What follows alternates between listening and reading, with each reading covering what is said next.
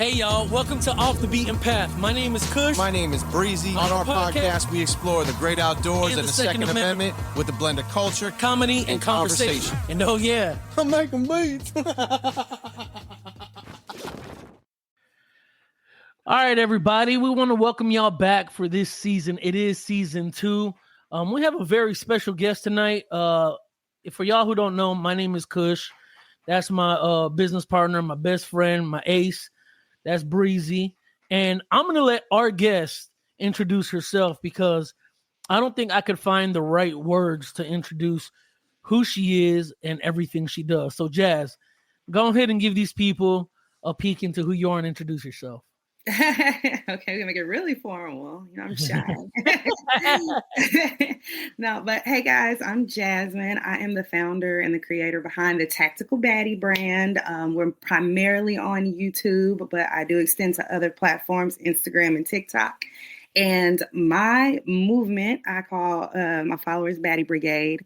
My movement is totally about being unique and being true and genuine to your own style as a woman, your lifestyle, the ins and outs, because, you know, we deal with a lot. We wear all the hats, but doing that and also learning to protect yourself, female empowerment, women's empowerment, weapons operation, and then just going about your daily life, doing all the cute things that you normally do, but just knowing you got that thing on you and you can protect yourself at the same time, because two things can be true at once. So that's pretty much what I'm what I'm out here preaching. One of these right here. Yeah. I love that. That's amazing. And I know when we originally connected was last year sometime or the year before, but I remember seeing your content and I was like, bruh, she is dope. And you know what I love about you? Like one of the biggest things, the first thing people look at is looks, right? And the first thing I saw is that you're not like tacked out 100% of the time.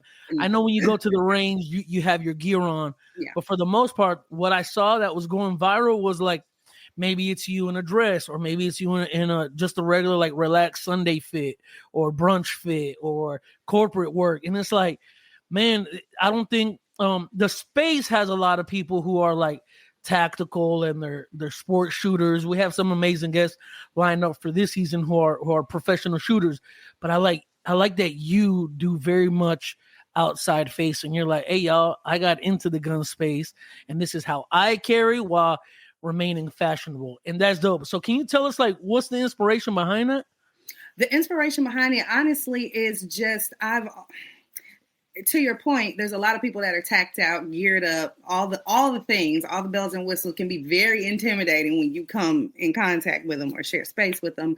But mine was more so, okay, well, when my husband got into training and just taking that, it was during the pandemic. So just taking that more seriously, getting into classes, getting into training with like some ex-special forces guys and stuff. And then I'd be seeing him actually like watching things, doing the studying, gearing up, going to the range and stuff. And I'm like, now that's cool, but I'm not trying to do all that. Right. Like, flipping over barrels and the Hercules bag and like the full, just the full thing. Like, you know, wearing plate carriers under your clothes and doing, not that he does that, but you know, just some people just really, really go hard and get into it. But I was like, okay, so is there a way that do I need to do all that? Right. Or can I just train and have this piece of my life and then just integrate it into everything I'm already doing? So I'm like, okay, so I want to protect myself. I want to train, but I'm not trying to buy a whole new wardrobe. And it's a very expensive hobby. I'm sure y'all have into it. Hobby. That's cute. Hobby. It's a very expensive hobby to get into. So what was like the first step you took? So the first step I took actually was saying, okay, so he had been asking me to come to the range. And I was saying, it's too hot.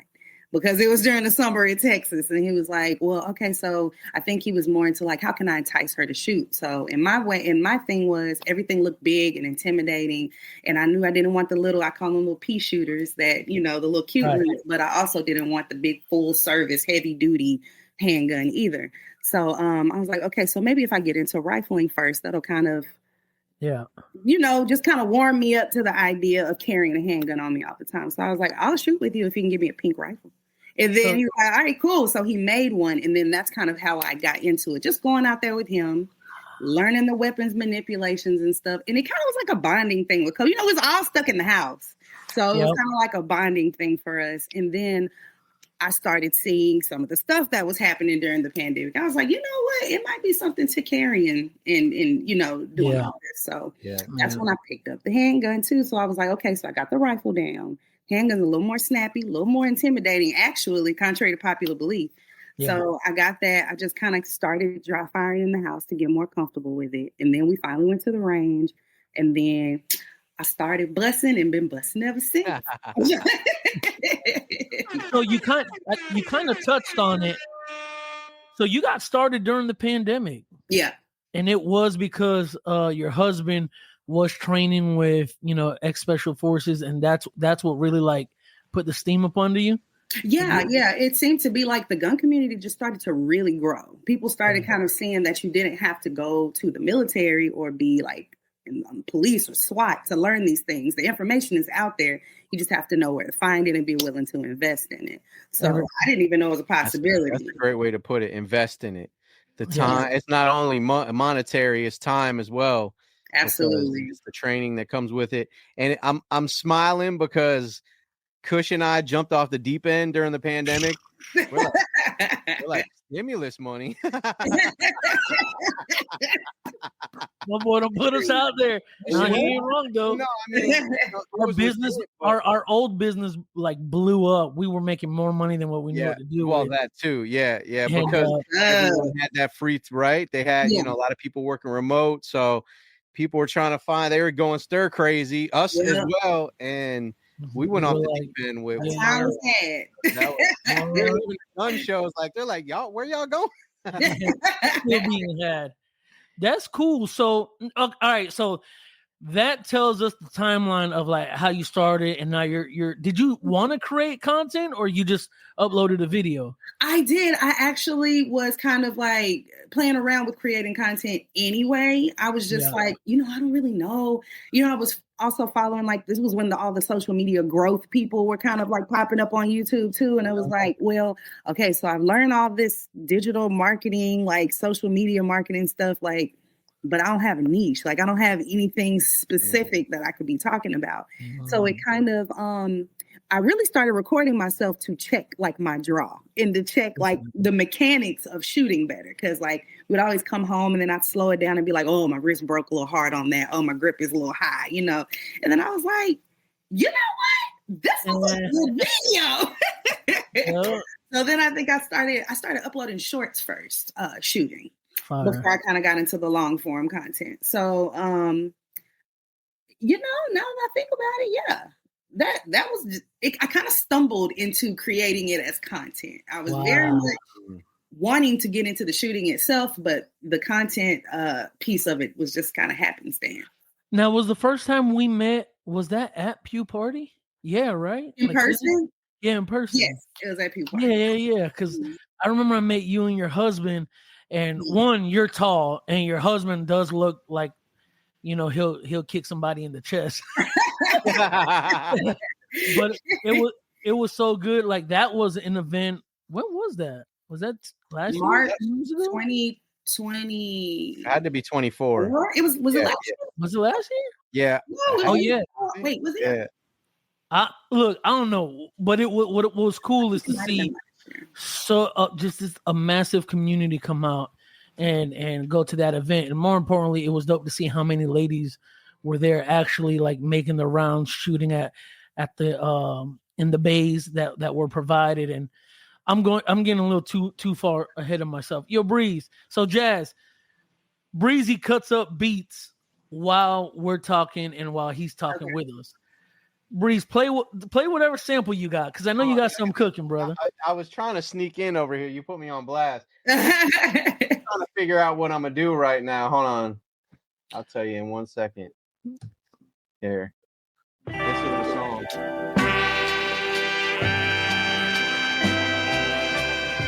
Oh, he'll chop that. I don't know how well that's coming through on the. No, it sounds good. Okay. Okay. There was an episode last season.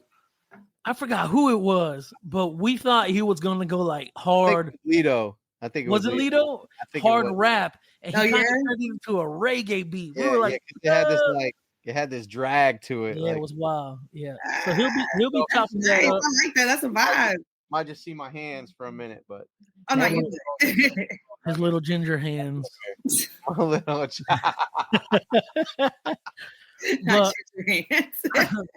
all right, cool. So you kind of stumbled into content creation. Mm-hmm.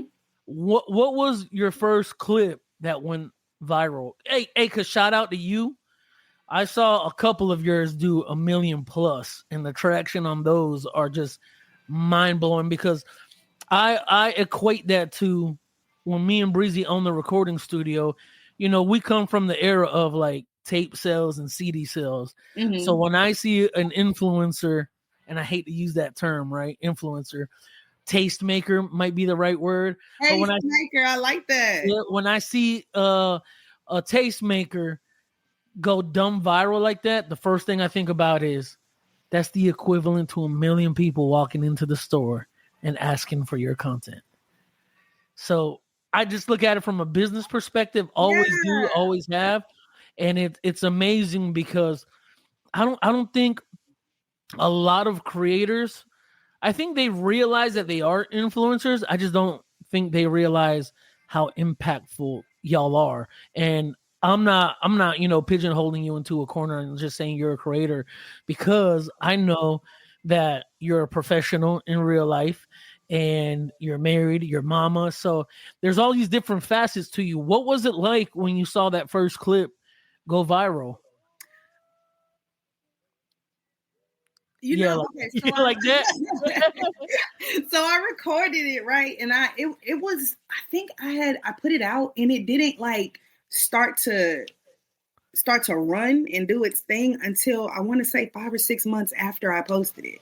Wow. So it was like, so they say, like, you record and you put things up, and I was just kind of doing it for fun. So I just kind of have built up this little, I guess, video inventory on my YouTube. Yeah.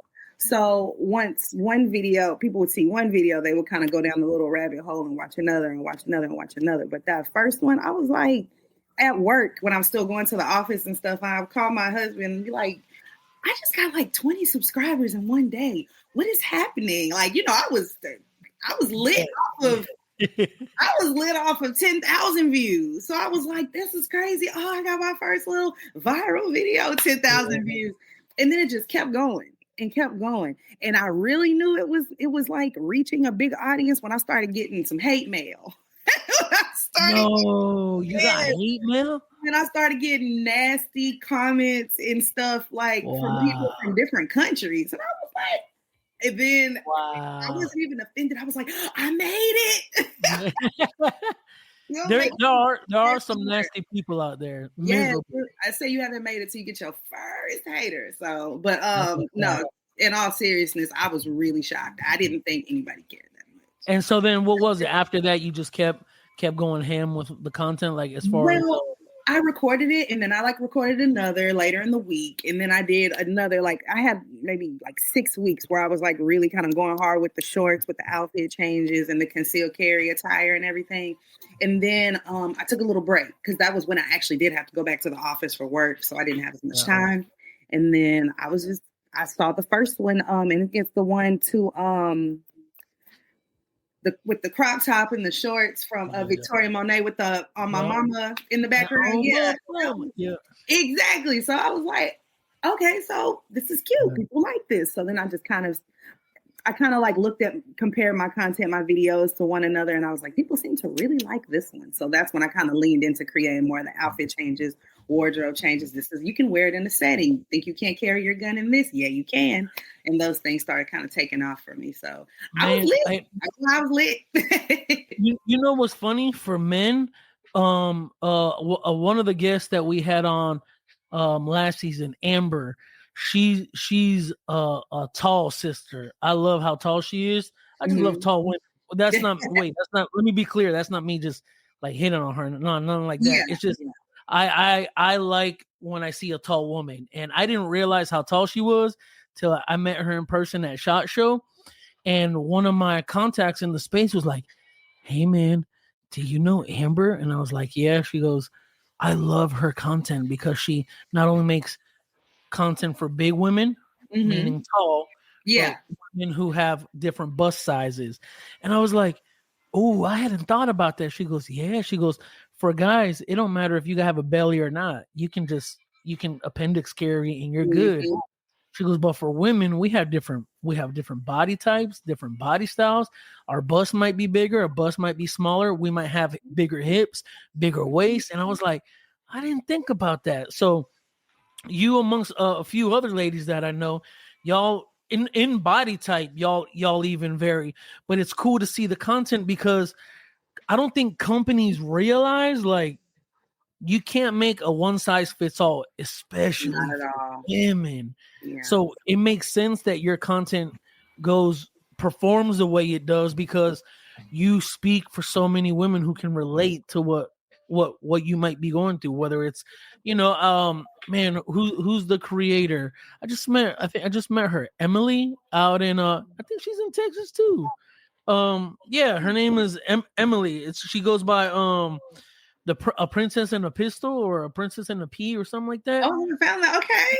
Yeah, she's going viral because she wears hers like right on her hip, but you look at her and you would never think she has a gun. And that's what I love about women who carry is that y'all can stay true to yourselves. Like me and Breezy, we say all the time, bro, there ain't no reason for us to be walking around here with boots, with cargo pants, right, at vest. And so to see you carry now, hold on. Do you prefer off body or on body? In hot Texas summer, I prefer off body, but even my off body is still kind of on body. I do the fanny pack thing. It's easy to get away with when you got kids, especially. Yeah. I kind of do the cross body or the fanny pack or something. I prefer off body, but on body is definitely, if you can make it functional, it's the best option. That's dope. So tell us about the Batty Brigade. Because I know about it. I do my due diligence when one, I've just known you for at least a year, so I've been, following. But for people who don't know, tell us what the Batty Brigade is.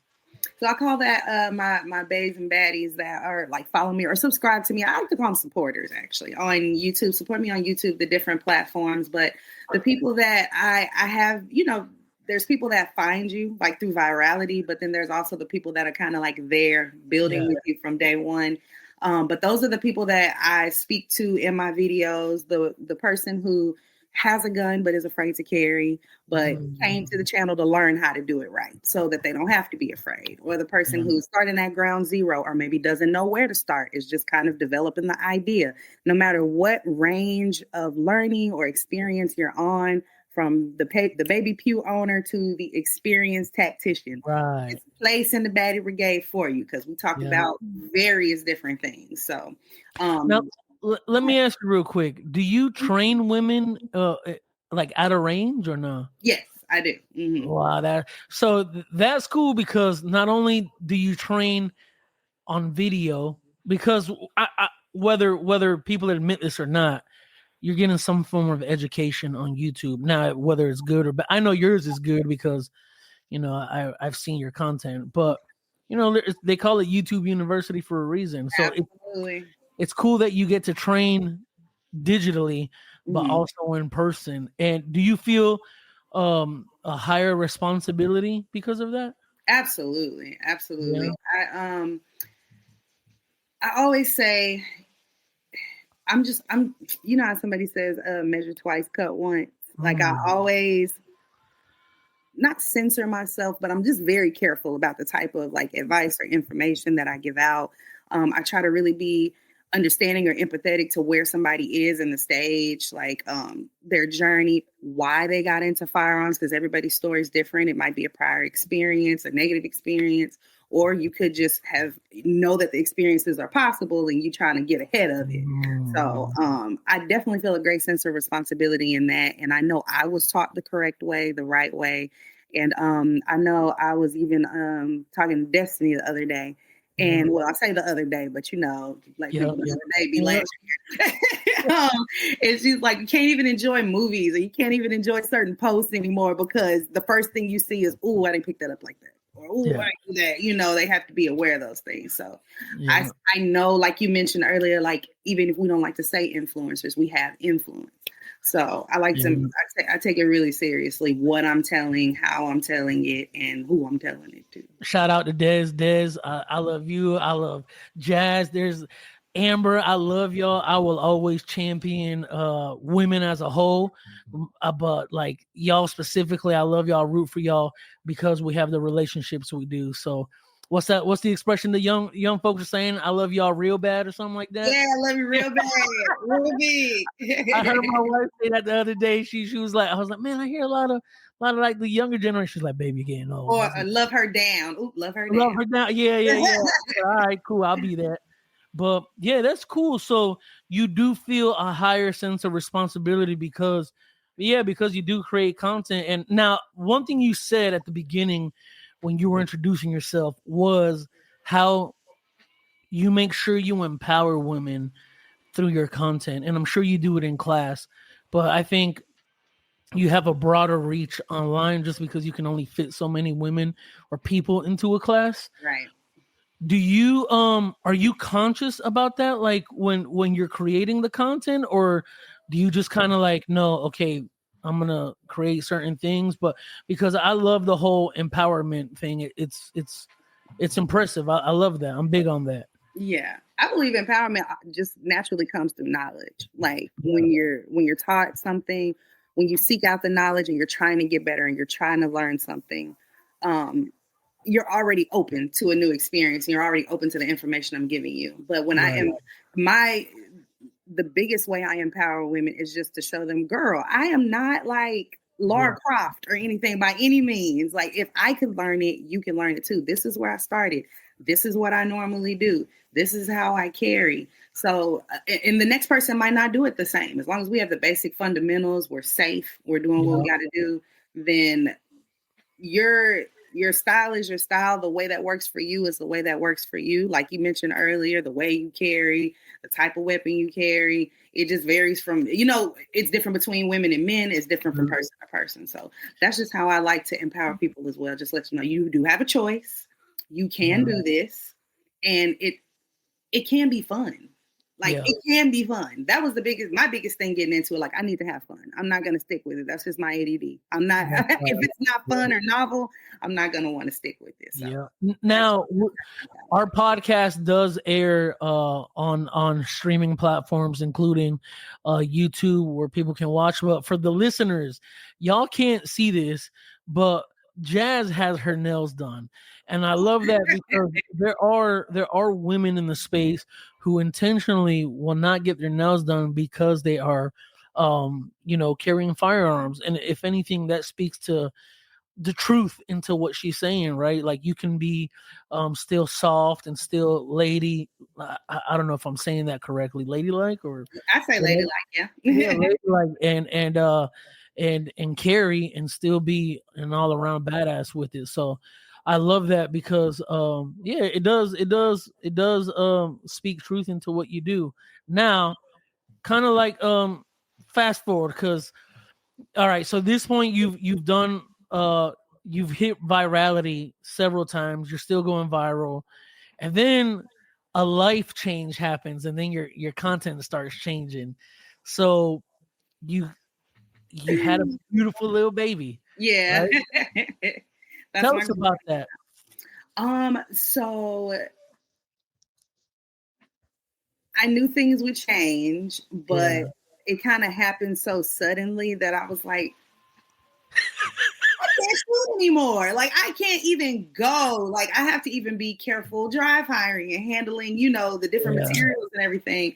And what was crazy was I actually got my instructor's certification when I was 9 weeks pregnant. So that was the last time that I shot, when I took my shooting exam. So it was a very long time. So I sat down. I know when I talked to you, I was like, man, the content's going to be looking a little bit different because I can't go to the range. I can't teach. I can't do any of those things. So when I got my instructor certification, I even had to just kind of do classroom-based things because I can't teach you guys because of the lead, the lead exposure, the sound, all of that stuff. So it definitely looked different. But I was like, you know what? I have never seen, personally, not saying they weren't out there, but it never made it across my feed, anybody concealed carrying or doing concealed carry looks that's pregnant. So I was like, okay, so how are we going to figure this thing out? So that's just when the wheels went to turning.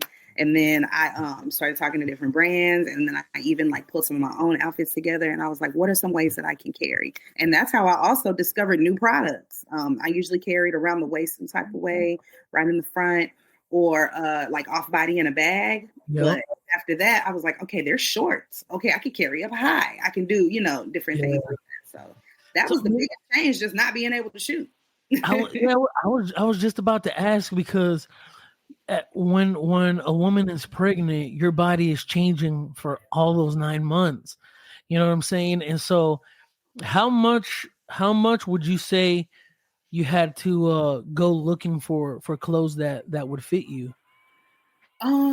Like would just fit me, or would fit and that I could carry? Yeah, fit and that you can carry. Sorry, yeah. That part actually wasn't as difficult once I kind of figured out, okay, this is what I'm going to do. Like I kind of decided, okay, so we have to find a different way to carry. We have to make the content look different. I just kind of did what I was continuing to do, but just making minor adjustments. Like the wardrobe, I already wore like a lot of athleisure, like a lot of stretchy things, yoga pants, leggings and things like that. And then pregnant women's favorite dresses, because you don't have to worry. You just worry about one piece of clothing. You don't have to match anything together. That's it. So I was like, how can I carry but in a dress and get around this belly? So then that's when I stumbled upon like concealed carry shorts and things like that. So I was like, okay, so it's not impossible. I just have to have the right products.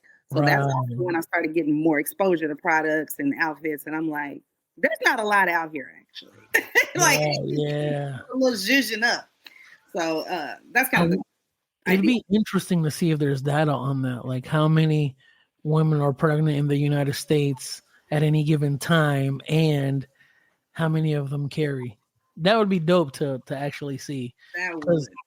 Because honestly, the first time I thought about a woman carrying and while carrying, I know, carrying while carrying, right? I saw you and Dez's content, and I was like, man, this is a interesting take here, because it identifies an entire segment of people, ladies, who are like, yo, I want to carry. Because I think what doesn't get talked about enough is the maternal side of motherhood as far as protection, right? You see it in the wild. Usually the ones who protect, like in lions and in those prides, usually the ones who are the most protective are the mothers of the cubs, right? Mm-hmm. The lions themselves will actually get involved when needed to, but it's usually the lioness who will protect their cubs and provide. So how that piggybacks off of what I'm saying is, I'm sure your maternal instinct kicked in, right? That's why you're like, I got to figure out how to carry while I carry my baby. And then you're thinking of other things like why you can't train the exposure to lead, the sound affects the baby, right? Mm-hmm. So how does that look after you give birth? Congratulations, by the way. Does that, like, I'll let you just answer that question. How does that change after birth? Like, do you still carry off body, like in a I was gonna say a satchel, but a fanny pack? I do. Yeah. Okay. That is usually my primary way of carrying. I have to be a little bit flexible, a little more creative. Like when you have the big diaper bag, I don't lug the big diaper bag around. I have like a smaller bag with like the essentials, like some Vaseline, 2 diapers, some wipes, and some antibacterial stuff. Like if I'm just going in somewhere, I try not to. I know that everybody's not able to do this, but I try not to take my kids many places in public with me. Just like just to eliminate the threat. But I would say carrying pregnant is easier than carrying after you have a baby, because you're still your body, and and of course you get around the belly. The safety is the safety. all together. So, but after you have them, you know, it's like, okay, so now they're outside of me. So now I have to, they're here, but then I also have to have my firearm. It's like a whole other, it doesn't get talked about enough, the level of anxiety, kind of like, especially moms who carry kind of go through when you're trying to make sure you can not only protect yourself, but protect them, but also maintain all the safety checkpoints with the firearm, or not. I carry a knife as well. So all of those things. Oh, wow. Yeah. And then I was under the impression, and even like women that I've spoken with, a lot of them, if they carry, not a lot of them, I won't say, but a few, enough, carried prior to getting pregnant, but then when they got pregnant, they stopped carrying because of the fear of something potentially happening. But I was like, no, it kicked up for me. I already carried all the time, but then my protection senses, I guess, were heightened even more after that. So I was like, I'm absolutely going nowhere without my protection at this point. That's impressive, because I think that speaks to two different types of people, right? Like, oh no, I'm not gonna do it, and the other ones were like, no, hell no, I'm definitely right. I can't afford not to do it at this point, you know. Right, because it's me and mine versus everybody else at that point, ain't it? And so after a while, that mama bear, it gets serious. Right, that part. So let me ask you this, because you know, my kids are now, sure, they ain't kids. They're 20, they're 19, and 15. So, but I remember when they were little babies, we had the strollers, the car seats, all that. So how do you do you carry? Wait, maybe not. Do you not? The question isn't there. Do you carry? Because I know you do. The question is, how do you take into consideration? I know you do situational awareness. Again, I know you do. I'm asking, like, I've seen people say, "Oh, when you load a baby into a car, have your back towards the inside of the car because you want to see all threats coming towards you." And instinctually, for me as a man, my wife would be the one who would normally put the child in the car, and I'm just keeping an eye out because you know what I'm saying? Like, I'm with it all the way. Yeah. But I also understood that that's not always the case. Sometimes I won't be around. And so now in 2025, what does that look like for you? Like, are you very conscious about that, or? Absolutely. And it's funny you say that, because I got like notes in my phone, like for upcoming content, like parking lot safety, like shopping vigilance and stuff like that, because I don't play in the parking lot. I've seen too many security videos. Like, the parking lot is pristine location for stuff to go down. So, like you said, to your point, tips like keeping your back positioned. I'll even I put my baby in the cart a very specific way. I walk in the store with the kids. I like go through the store in a specific way, park strategically. And even when I'm taking them out the car, like, or putting them in and out of the car, that's like the most crucial time to me, because that's when anybody who doesn't have your best interests at heart, trying to take advantage of you, would wait for you to be distracted in those ways, because they know we're vulnerable to those kids. So I definitely do put your back toward the inside of the car, and I even pull the shopping cart in and make like a little barricade, like with the door open. Exactly. So you gotta come at me. You got a lot to get through, and by that time, it's donezo. You know what's one thing I used to do as a young father? Me and my wife had our children really young. We were really young, but when I would go to the store, we would go together grocery shopping, and our first two were back to back.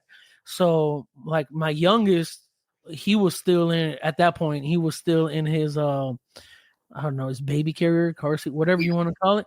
I wouldn't clip it in the top. You know how they have that select portion where, you can put them over in the big part, right? Right. And then I would take, exactly what I would do. Put them there and then put the blanket there, because ain't no way in hell. No. All it takes is somebody to tip that thing over, and then. I do the same thing. I'd be like, well, I'm not going in there getting a mountain of groceries, because I don't like to spend that much time in the store. Right. I don't like. No, I would definitely get a mountain. And shout out. How could you? You could fit it in there with the baby too. No, we would have two carts. That's where the teamwork came in. Yep. Okay, and I got you. I want to shout out my boy Breezy, because he's a father of two little beautiful girls, my nieces, and I hear him. I'll be on the phone with him. He'll be like, "Hold on, bro, hold on."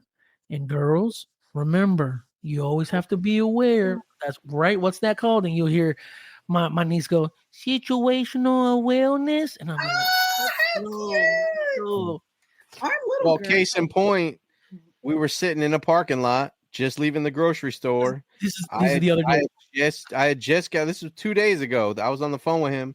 I had just got them in, and I'm always like, all right, babies, I try to prep them. We're going to be walking outside, lots of people, lots of cars, like pay attention to me, stay close to me, keep your head on a swivel. And I happened to get in, I got them buckled in, and I watched this lady, and she didn't look up for like she was on her, just in her phone the whole time. And she parked right next to me. I said, hey ladies, I said, just look real quick. I'm not trying to get you, I did one of these. And she she was clueless to what was going on, by herself, a young lady. I'm just thinking, you gotta have a little more situational aware, because you're right 100%. If you put yourself in the other person's shoes, they're gonna look for the easier target. If you look prepared and like you're about to, if something pops off, like you look ready, then you might not be the target. So absolutely. My favorite thing is like always throw out hey, you good? Yeah, always. Right. They expect you to like be like, oh, I hope they're not coming. Hey, I'm not. You good? It's become a joke now, but like me and my brother, we've always looked like two big gorillas. You know what I'm saying? And I get it, like we look intimidating. So we normally don't. I would say, like in the entirety of my life, most people usually don't mess with us. And obviously, when you grow up in the neighborhoods we did, by the time we get to be, young teenagers like 17, 18, they already know we'll go all the way with it. Yeah. But I say that because like Rob, Breezy, he's not like 6 foot nothing. I'm 5'11", but I mean Breezy, you would look at him and you'd be like, I could probably take this guy. But what a lot of people don't know, and we told this story last season, he upped the strap on somebody at one of our old jobs that we used to work at. And that's what this dude, how tall would you think this dude was? He was like 6'4", 6'5", right? Trying to make the fish bigger with these, like this. No, he was huge. You know those scenarios that you play out, like WWE like, superstar size. It's fight or freeze. Yeah, I was like, I'm gonna have to fight here because this guy was on some. He was messing with people at our job. I went out there to help another one of our coworkers out whose car wouldn't start. He had at least a foot on Breezy, Yo, he was a big dude. Not like I was trying to like not engage him at all. I could see he was out there trying to, because a guy came in like, hey man, there's a guy out there. He got into it with me. And we know him, he carries. And he's like, I told him not today, bro. I'm not the right one. So I think he thought I was that guy.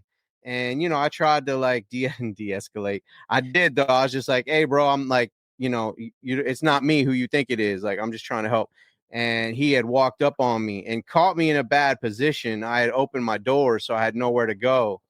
And he swung on me, and I just saw it coming at the last second, enough to get out of the way of it, just enough so he didn't totally knock me out. But in that motion, I reached into because I didn't have my concealed at the time. So I was carrying inside the truck, and I happened to grab the firearm and popped out with it. And I'm just not coming out of the bathroom because I have no idea what's happening. Yeah. And I hear hysteria going on, and I walk out, and one of the dudes, shout out my boy Scooter, he's out there holding a like a napkin going, hey.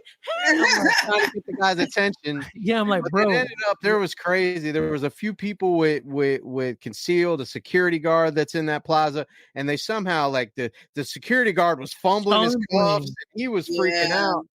And essentially they Baker acted the guy, but I was just, in that moment. Too. Yeah. In that moment, I had a decision, and I said, you know what?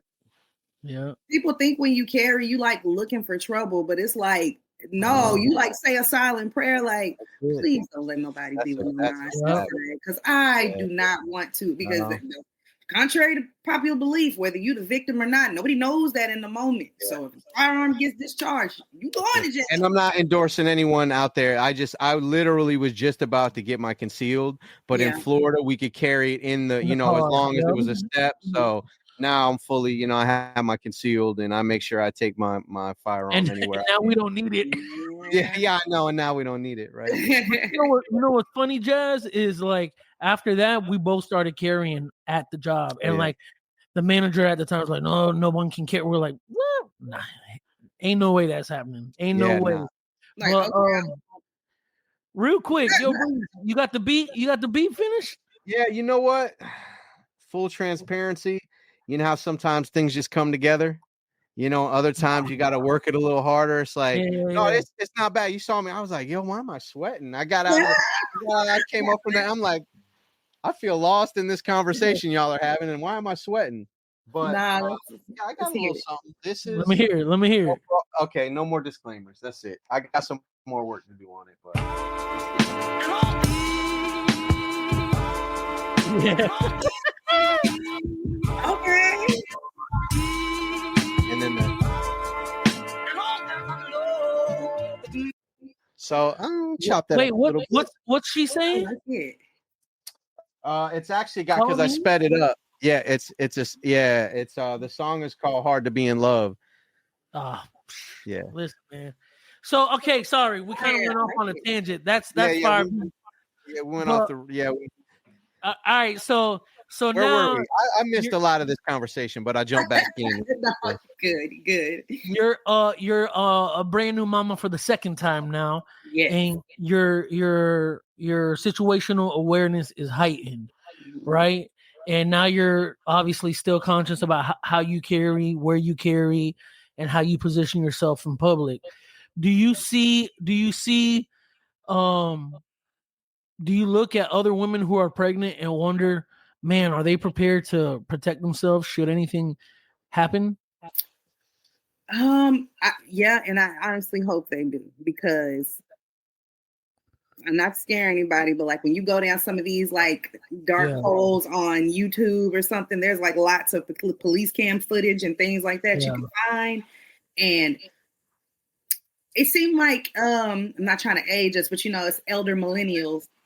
There was a time when people wouldn't really mess with kids. They wouldn't really mess with pregnant women. They wouldn't mess with women, period, as much. But now it's like everybody. Anybody can get it now. So it's like not a lot of people talk about like the immediate sense of vulnerability you feel when you're pregnant, because there's automatically things you can't do. You can't move as fast. You have to consider how fast your body's changing, and like, oh man, I can't take off and run, the 40 speed that I could before I was carrying all this extra. So I really hope that it's my desire that women, or my hope that a lot of women are actually, before that happens, they're training, because adding that extra anxiety on top of it and waiting until you're in a greater state of vulnerability is, if you can avoid that, it's best. But I do look at them, I'm like, sis, okay, at least be paying attention so you can avoid, like you said, the lady didn't look up for however long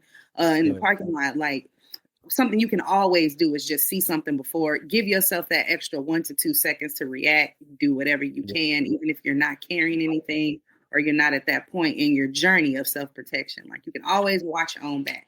Now, let me ask you a question, because you said your husband. Oh, go ahead, Breeze. Go ahead. No, I don't know if y'all touched on this. If you did, my bad. How often are you using the firearm and training throughout the week? I dry fire weekly. I do have like a little regimen I do. I dry fire. I have and not like trying to plug in products, they ain't sponsor nobody, but the Mantis, the dry fire system that you can do at home with the Mantis laser system, that is a game changer for sure. All you have to do at that point is get to the range and manage the recoil, and then there's even tools you can get to help simulate a recoil, like a CO2 gun or something. But I do train weekly with the dry firing in the house. Like, I also make sure, like, in my rotation on like my playlists and stuff like that, I follow other creators that are doing training. I do a lot of mental training, I'll say, because a lot of the body can't go where the mind's never been. So I also I'll see a scenario or I'll hear about something and I'll think about how I might have managed that, or I'm just always thinking or have personal safety in the back of my head some type of way. But the range, we get to the range a couple of times a month. Where we actually had Pew Party, we met in person for the first time. That's the range that we train at. Our actual home range. So we go out there at least once or twice a month. And just get some rounds done. But we don't a girl can dream. I pray we at this point, but like the big guys you see on YouTube that are literally 1,000 rounds as they warm up. Yeah. I'm like, baby, we going home after. How many mags you shot? Yeah. Okay, that's enough. Yeah. Because ammo, all that stuff is expensive. Ammo is expensive, especially training. So, but we do get out there. I do think you should do it as often as you can. Now, the one thing I wanted to ask was, because now there is a newborn in the picture, or a toddler or young baby, human 8 months and 2 days. Young human. Yeah, 8 months. Wow, that's amazing. Yeah. How does that change you and your husband's dynamic when y'all are in public? Do y'all both carry? Is he? Oh, we both always carry. Yeah. He always, yeah. He always has his firearm on him and at least 2 knives. And then I always have my firearm, a knife, and a tourniquet. So and a grenade, right? No. I know, right? What's your everyday carry? I carry right now the 6 Hour Rose, and I have the Holosun EPS close pistol sight on it. I love it. And I have the 9mm with the compensator. So anybody listening, if you ever have an opportunity to add a compensator or get a firearm with a compensator, total game changer. I haven't looked back since. My boy Breezy just dumped his seed. I did. And not for, you know what? I got caught up in the hype. No, I didn't. We actually went to a shout out our homie Gun Daddy. We went and did some content with a guy, and he's always got he looks like James Bond, with like 2 hard cases of just every. And I ended up shooting one of his Springfield Armory guns, and I was like, "Yo, I like this a lot." So I ended up. Oh yeah, it's smooth. We went out. I don't know, last Monday and shot some long range and then some pistol range, and I like it a lot. So yeah, I'm actually planning on dumping 2 of my pistols, so to either get that or get a CZ shotgun, because I want to get more into hunting as this decade comes into fruition for me. So so I mean, we're almost at an hour here. How can ladies find you and your content? Drop all your channels and your socials. I'll make it real simple. I'm at the Tactical Baddie, THE Tactical Baddie, all together on all the platforms: YouTube, Instagram, TikTok, and Facebook. That's dope. And Breeze, you got any questions you want to ask? Or I know we were doing the what you call it. We had a few scenarios last season. I'd be curious to know. So I don't know if we can switch it up any. So here was the question we were asking last season: doomsday scenario, food chains down. It looks like Mad Max when you go to the corner store. You got 2 choices. You can roll with John Wick or Jason Bourne. Who you going with?